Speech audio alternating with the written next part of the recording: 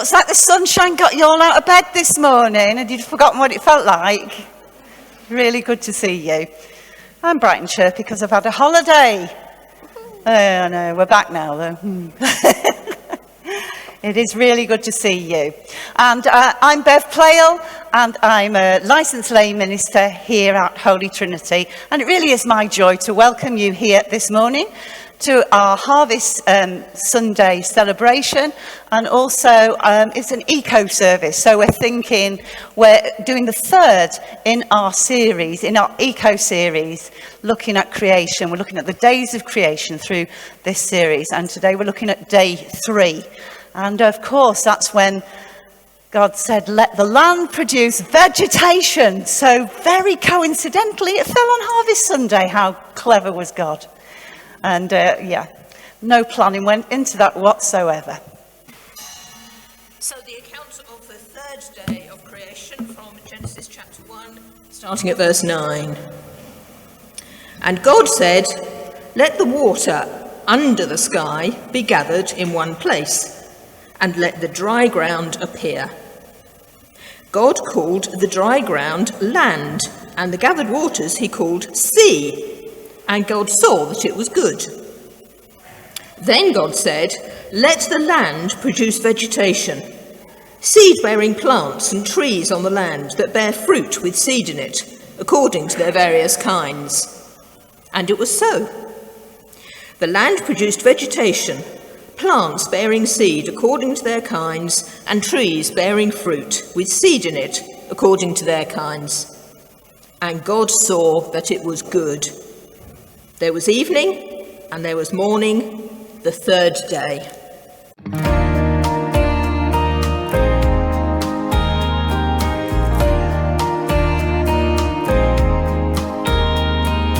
Come, ye thankful people, come, raise the song of harvest home.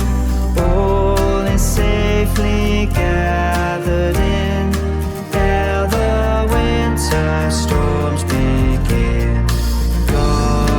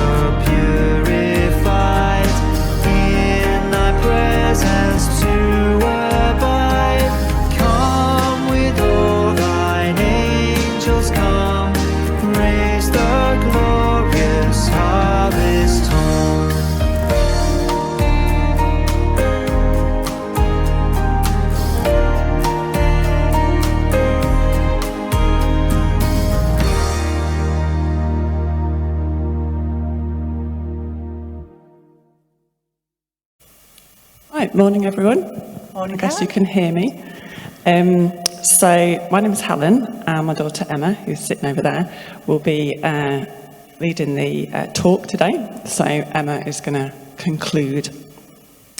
I really feel actually that a lot of what I'm about to say has already been said or done in some way or the other, but hopefully, you'll get something from this talk. So, first of all, did you happen to notice in the reading that God thinks of the natural world that he has created as good? He appreciates it. So a bit like Simon's asked you to do, I'd like you to picture your favourite nature spot. You might like to close your eyes. You might like to keep your eyes open. Perhaps you might think of a photograph, that helps me. Our family or friends in it. In your mind's eye, is it the seaside, the parkland, wood, or other place? What can you see in your picture? What can you smell in your favourite nature spot? What can you hear? How do you feel? And what do you appreciate about it? God sees your nature spot as good too, and enjoys it just like you do. We agree with him when we say it is good. And just like when you've made something you are proud of, perhaps some of us aren't very proud at first attempt, but you know what I mean. I think God was the same with the natural world and us humans. And just like we would put it on display and admire the thing we had made, God does the same. He loves and enjoys all his creation. Elsewhere in the Bible, we see God as a gardener as well as a creator. In the Old Testament, he walks with Adam and Eve in the Garden of Eden in the cool of the day. Now, I often think about this on one of those sultry summer evenings when it's been so hot during the day. And in the evening, you go out for your stroll, perhaps with a friend or family member, and you're just enjoying the fragrances of the flowers that are released at that time. And there's this indescribable, essence of energy that comes from the coolness. In the New Testament, towards the end of the Gospels, Jesus walks in the Garden of Gethsemane at sunrise, just before he is arrested and taken to be tried in court and ultimately crucified.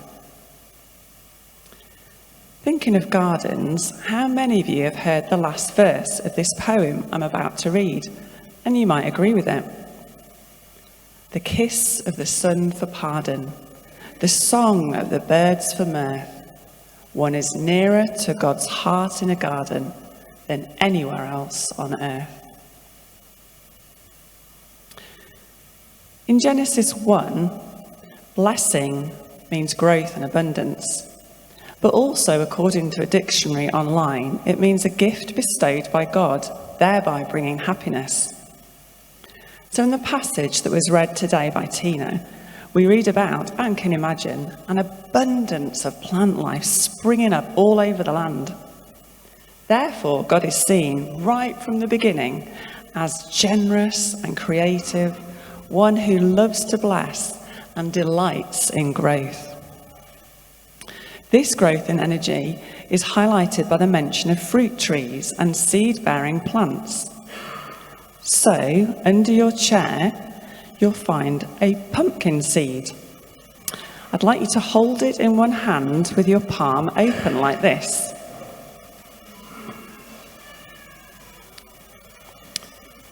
So just have a look at it.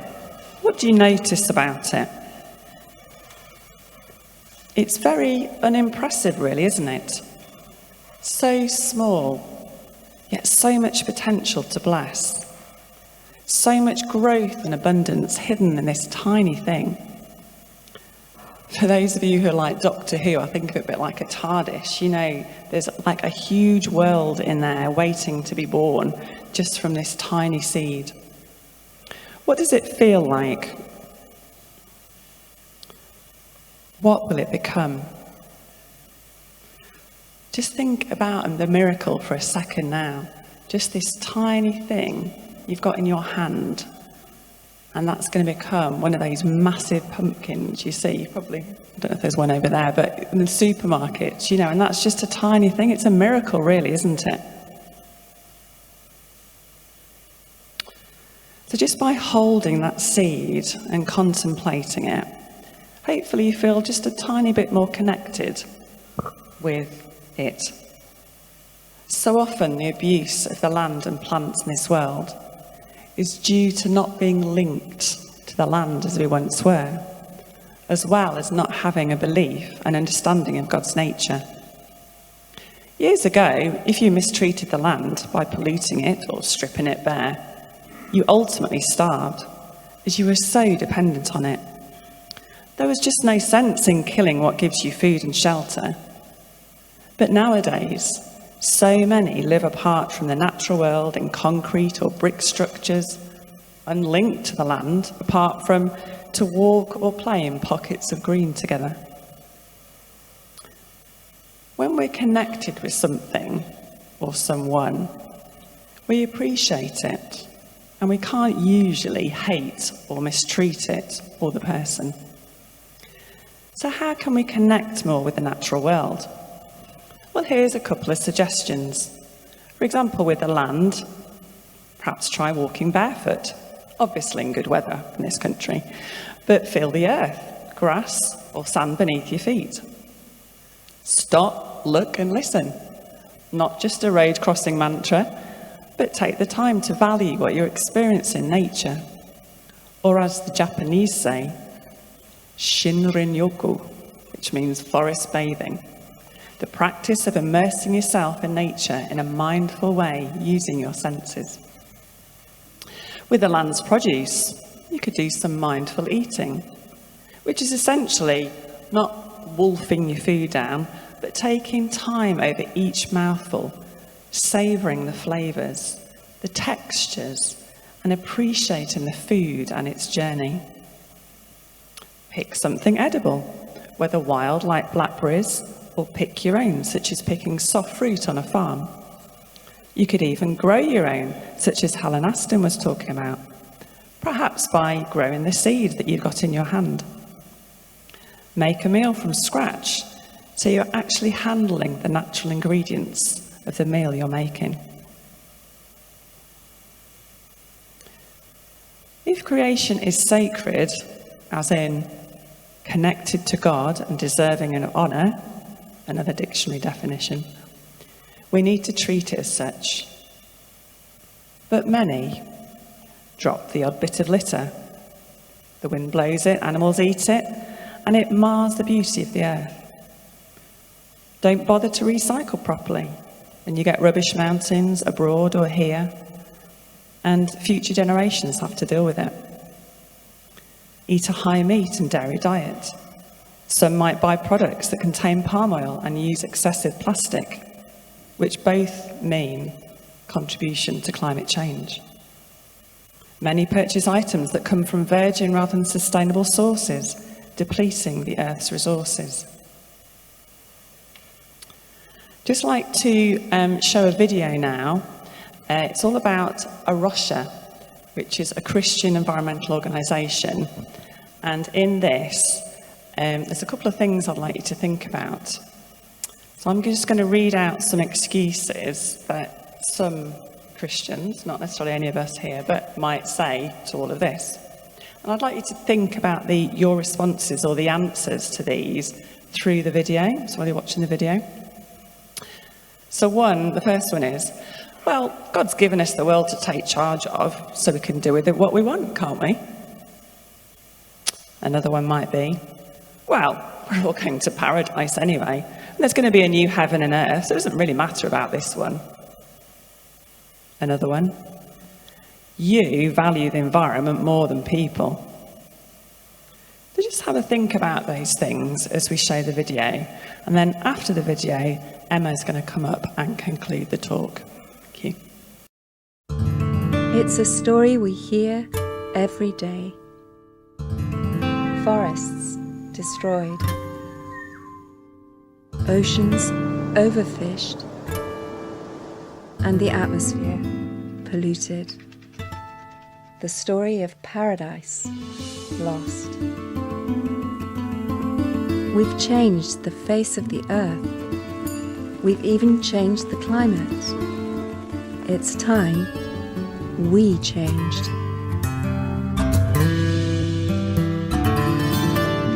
This is the story of Arosha, a story of change, transformation, restoration, and hope. Arosha is an international conservation organization that's working to show God's love for all creation. We are committed to environmental action through community-based conservation projects. From helping landowners in France turn their fields back to the original wetlands that once welcomed wildlife, and protecting the Alvor estuary in the south of Portugal with its rich biodiversity, to saving one of the last forests of the African coast, bringing income to desperately poor local villages. Arosha has grown over the last 2 decades into a global family of projects working on 5 continents. Yeah, I found this one. Underlying all we do is our biblical faith in a living God who made the world, loves it, and entrusts it to the care of human society. It's why we're passionate about what we do. It's why what we are has always been somewhat unique in both the conservation and Christian worlds. What we were trying to do in Portugal in 1983 at the very beginning was to give a practical expression to 2 convictions. The first was that it's a completely normal part of the Christian life to care for God's creation, even if that whole emphasis has rather gone missing from how we understand it to be. But also within the environmental movement, values, beliefs, why we do conservation work has not been talked about very much, although it's actually fundamental. And we wanted to bring that discussion to the foreground, but also to show in practice what Christian convictions would mean if you put them into a working context. Thank you for each person here. Amen. We're now seeing tremendous possibilities for Arosha developing worldwide, and one particular thing is exciting us, and that is that often where you find biodiversity hotspots, and those are relatively small areas on the planet, you sometimes find major concentrations of Christians as well. And we're looking at those overlap areas, those highly strategic places where if the Christian church gains a vision for really understanding the need and the responsibility to care for creation, there could be enormous impact for good. In conservation terms, Arosha's vision is quite wide really, because it's to see ecosystems restored, but it's also to see the well-being of those human communities that are dependent upon them. So you're talking about restoration ecology, but at the same time you're sometimes talking about developmental economics or sustainability. It's a very wide vision.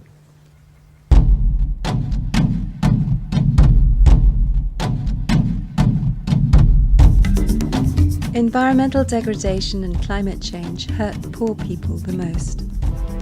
There's a misconception that investing in conservation is contrary to investing in people's livelihoods, that it's a luxury. But the idea that you need to get rich first, then worry about your environment, is not only untrue, it's dangerous. The fact is, the majority of the poorest people in the majority of the poorest countries continue to depend heavily on natural resources.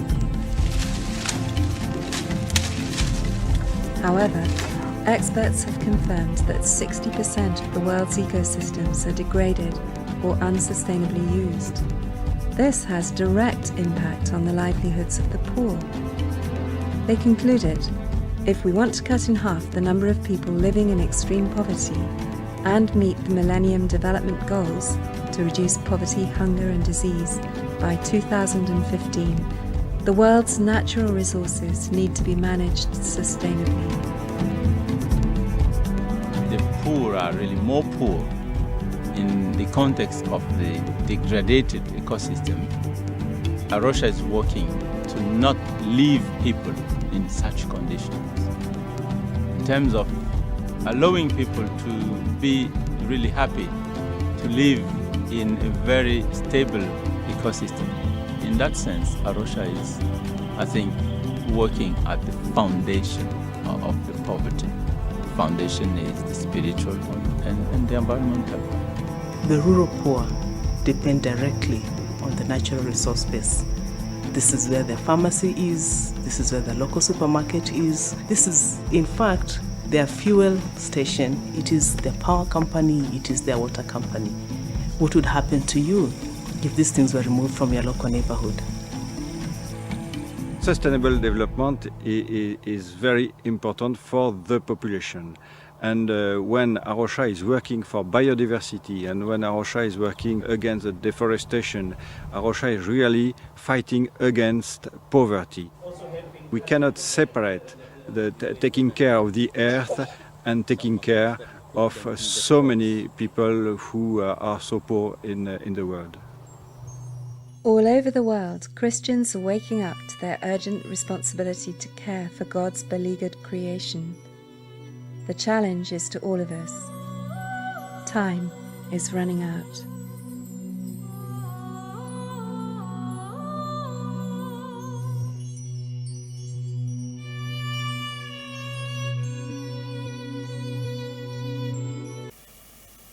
Now, I appreciate that it does feel like there's nothing we can do will make a difference, that it's too late or that we are too small.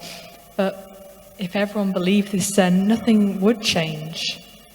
Now, today isn't about making you feel guilty, but inspiring such a love for God and His creation that you can't help make small changes, starting with one simple, easy, realistic way you can integrate that change into your everyday life. For me, it's eating less meat at lunchtimes, and for you, for my mum, it would be recycling old makeup containers, you know? A quote from Rowan Williams says, "When we believe in transformation at a personal and local level, we are laying the sure foundations for change at a national and international level." There are many ways that people around the world can make a difference, and when we do it together as one, there is an even greater impact. We can play our part by joining and donating organisations such as Arusha, Tear Fund or Christian Aid. Even our own Green Steps team at this church which I'm in are seeking to make Holy Trinity as good as an eco-church as it can be.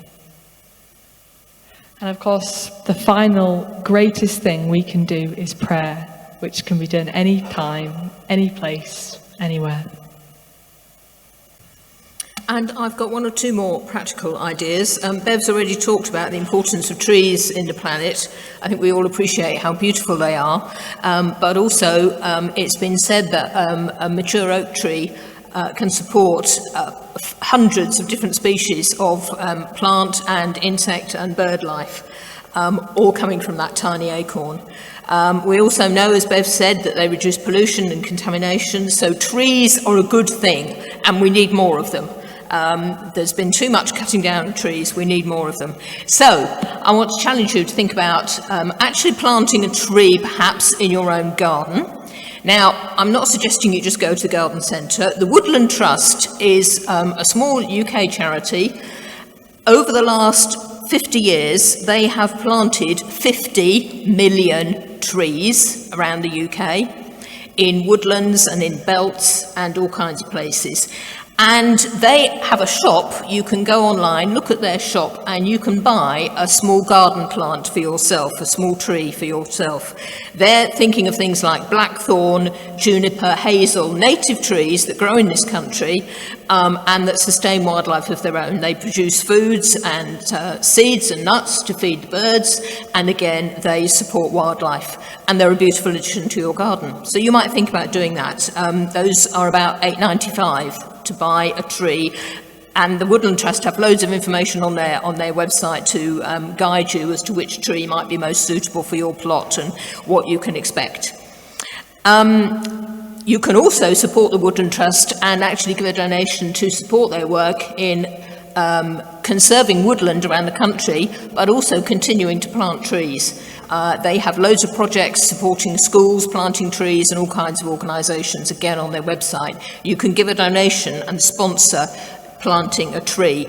And by the by, they also have a very good tree identification app. If you're not very strong on telling your alders from your hazels and all the rest of it, they look at the leaves, the bark, the shape of the tree, the fruit, and help you to identify the trees that you can see in the woodland around you. So you might like to take that up as showing more interest in trees. So you can plant a tree in your own garden, you can sponsor a tree, or through CART, which is one of our local mission partners, you can actually sponsor trees in Africa. And we've already talked about the importance of climate change to the poorer communities, and they are particularly suffering through, again, the lack of trees. Through CART, a small donation of £5 will buy 5 fruit trees. That's things like mango and jackfruit, which produce food, obviously, nutritious food that the villagers can eat, and also provide shade in the village and the other benefits that we know that trees provide. So you might like to think about doing that. So you can plant a tree in your own garden, you can sponsor a tree in this country, or you can go through CART. If you want more information, talk to me or to Mary Birkinshaw about any of those things. Thank you.